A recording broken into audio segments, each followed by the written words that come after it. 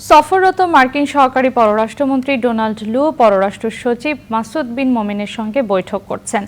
রাষ্ট্রীয় অতিথি ভবন পদ্মায় চলছে বৈঠক। এ বিষয়ে জানতে পান্থ রহমানের কাছে যাচ্ছি। তিনি পররাষ্ট্র মন্ত্রণালয়ে আছেন। পান্থ, পররাষ্ট্র সচিবের সঙ্গে মার্কিন সহকারী পররাষ্ট্রমন্ত্রীর বৈঠকে কোন কোন বিষয় প্রাধান্য পাচ্ছে, এ নিয়ে কি তথ্য আছে আপনার কাছে?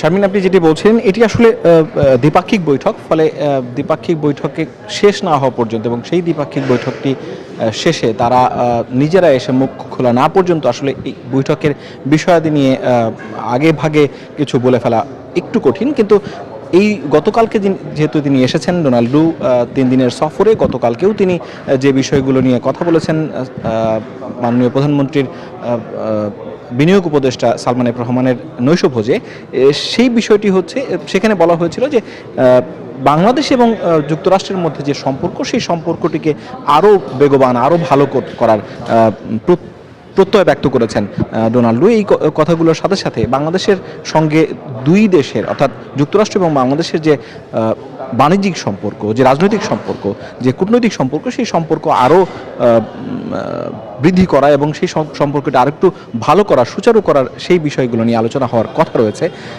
এই আজকের এই আনুষ্ঠানিক বৈঠক, অর্থাৎ পররাষ্ট্র সচিব মাসুদ বিন মোমেনের সঙ্গে যে বৈঠকটি, সেই বৈঠকটিতে।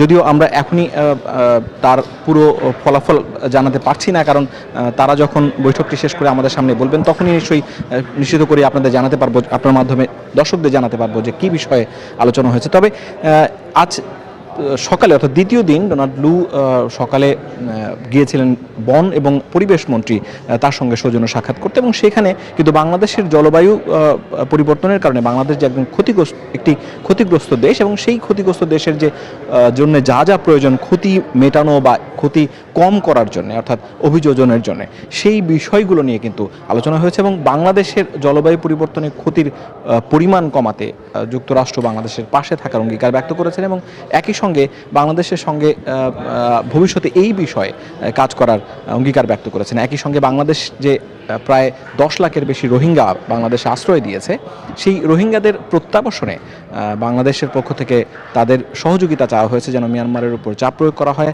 যেন রোহিঙ্গা প্রত্যাবাসন ত্বরান্বিত হয়, সেই বিষয়টি নিয়ে আলোচনা হয়েছে এবং আলোচনা হওয়ার কথা রয়েছে এই সচিব পর্যায়ের বৈঠকেও, যতটুকু আমরা জানতে পেরেছি।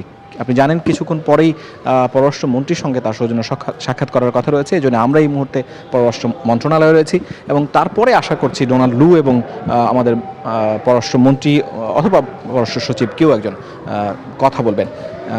আমরা সেই প্রতীক্ষা থাকছে। আপাতত পরবর্তী বুলেটিনে সম্ভবত এই আলোচনার বিস্তারিত জানানো সম্ভব হবে।